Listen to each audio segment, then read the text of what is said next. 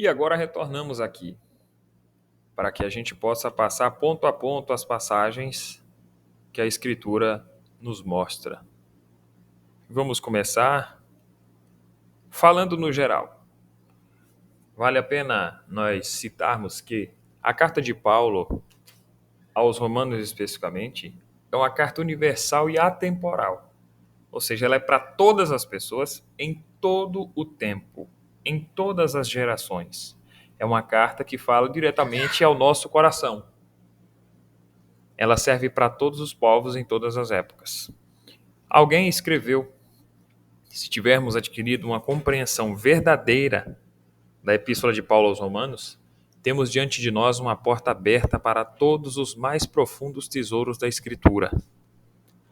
Então, isso quer dizer que nós, vendo, ouvindo, lendo a carta de Paulo aos Romanos, nós vamos encontrar saída para todos os demais escritos da palavra de Deus. Então, continuemos.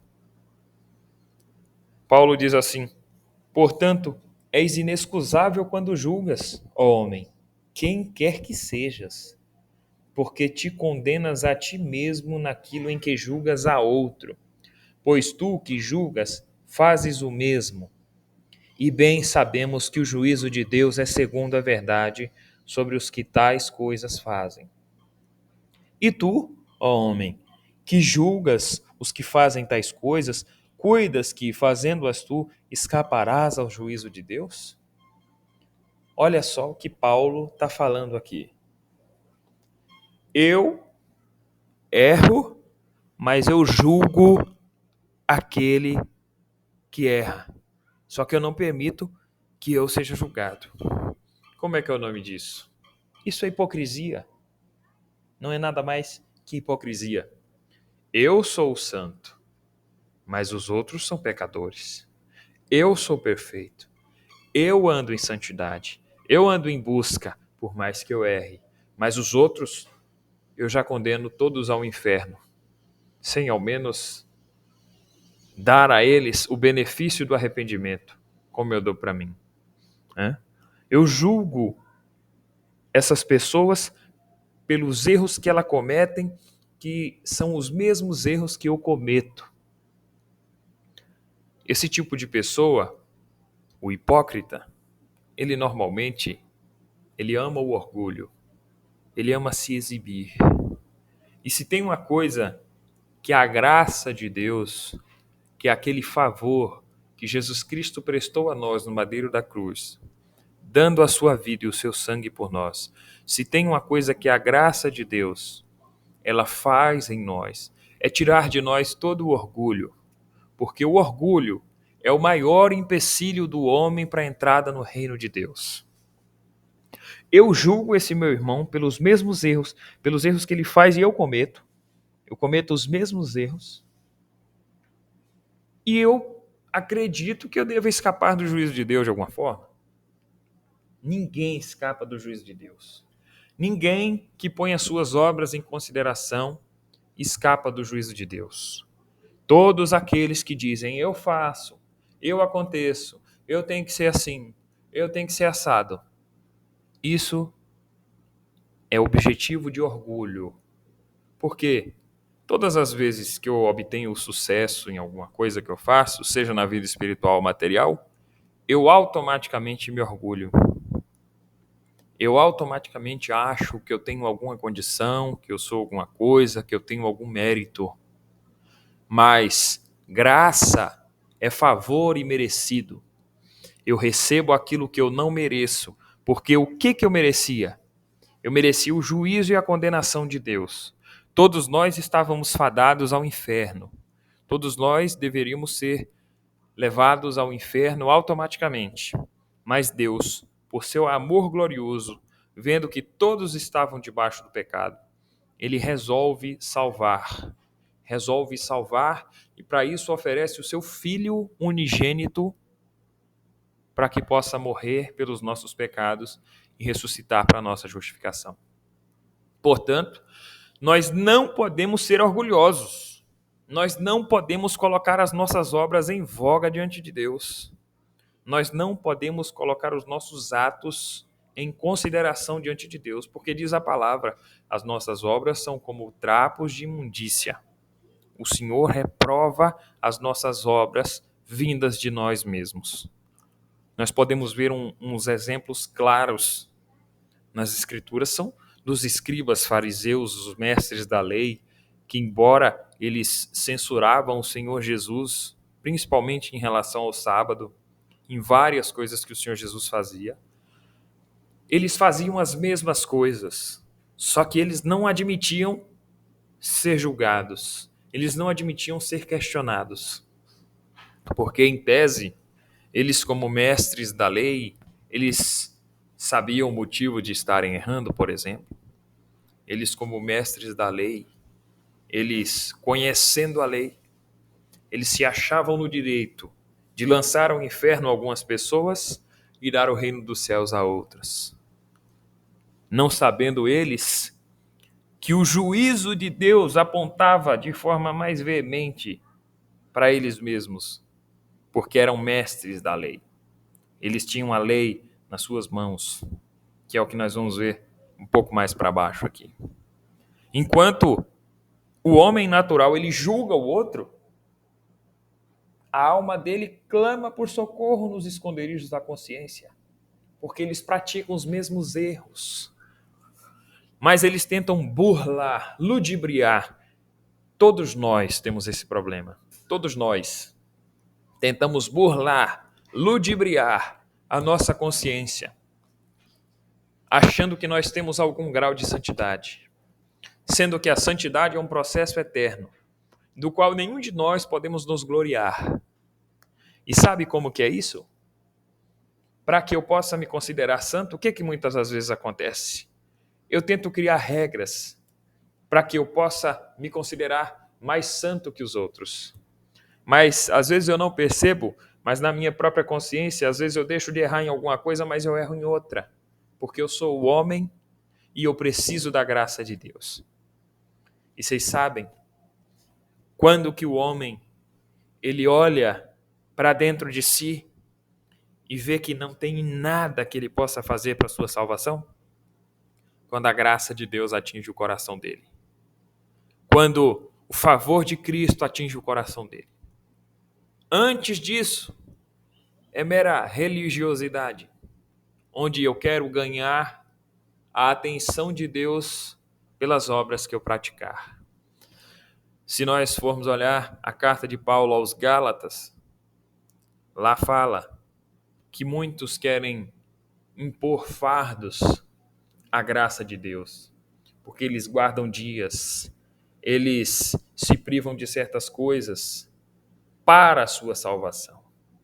Quando, na verdade, nós buscamos a santificação porque já temos a salvação, já recebemos a justificação. Essa é a caminhada de todo crente. Quando ele recebe Jesus Cristo no seu coração como Senhor e Salvador, ele tem que saber que a partir dali, tudo o que ele fizer é obra e fruto do Espírito Santo.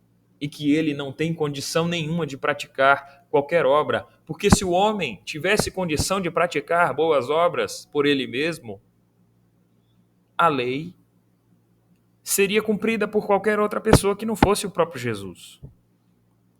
Então, os homens, eles não tendo condição de guardar a lei de Deus, eles criam regras humanas, como foi criadas pelos judeus, diversas regras humanas, diversas regras que era só encheção de linguiça, vamos falar dessa forma.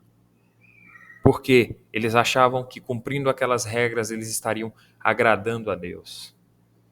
Eles se apegavam em suas aparências. Eles se apegavam em seu modo exterior de viver. Mas o Senhor Jesus os desmascara claramente diante de toda a multidão como sepulcros caiados. O que são sepulcros caiados, irmãos?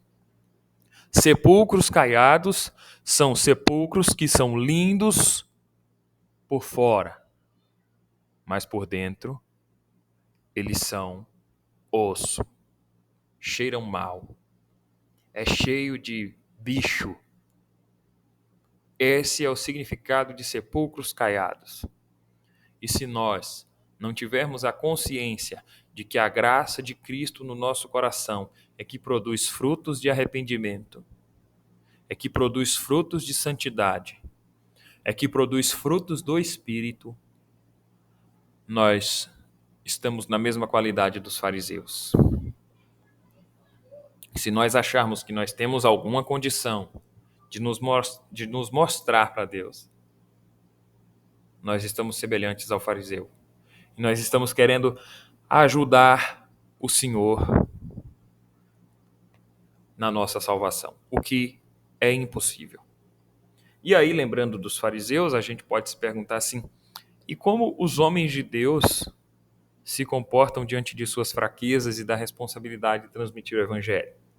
Porque os irmãos que estão no ministério, eles são os portadores da mensagem de Deus, oficialmente.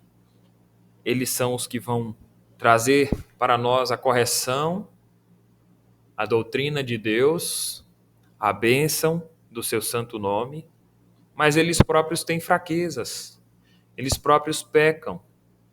E quando nós falamos de pecar, é toda ofensa mínima ou grande contra Deus é pecado.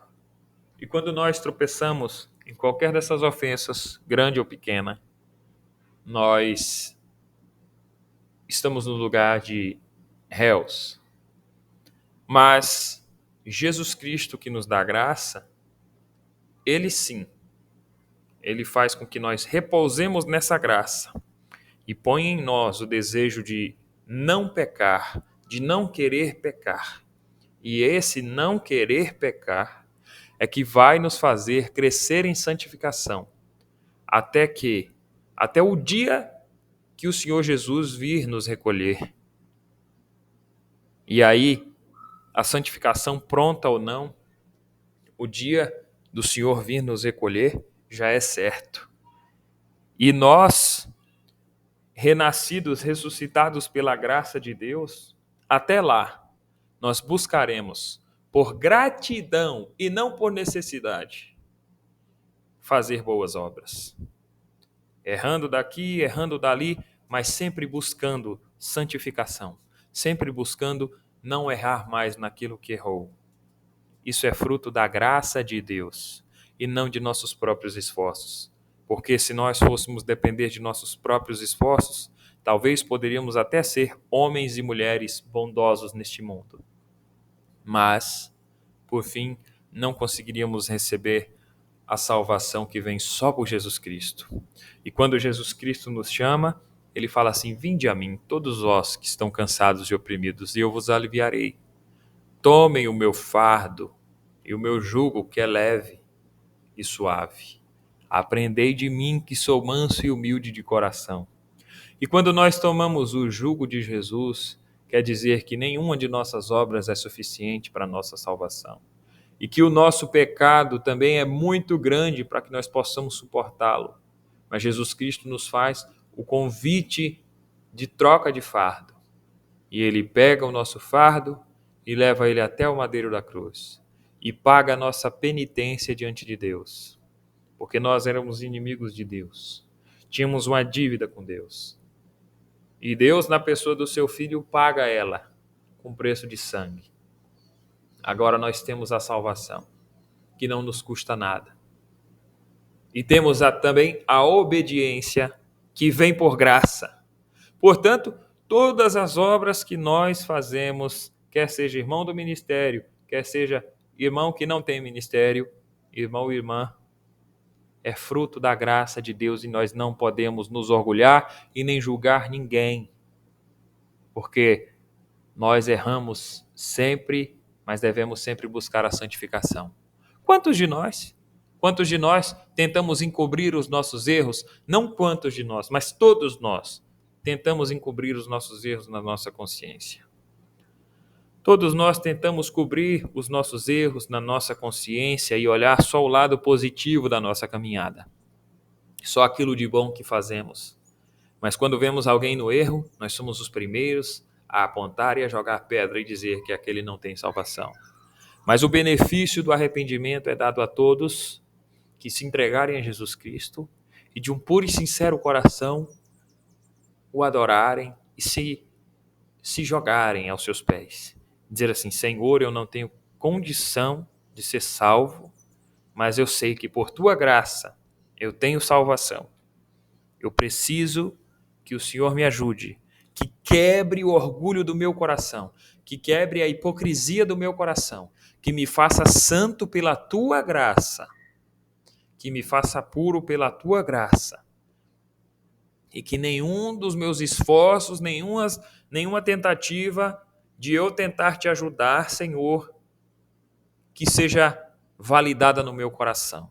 Porque nós não temos condição de ajudar o Senhor. Nós não temos condição de ajudar o Senhor. Até a nossa parte é o Senhor que faz. Se no nosso coração existe um desejo de salvação, existe um desejo de santificação, foi Deus que colocou aí. Não podemos nos orgulhar, não podemos nos engrandecer, porque senão nós estaremos caindo no pecado dos fariseus e a nossa salvação é questionada.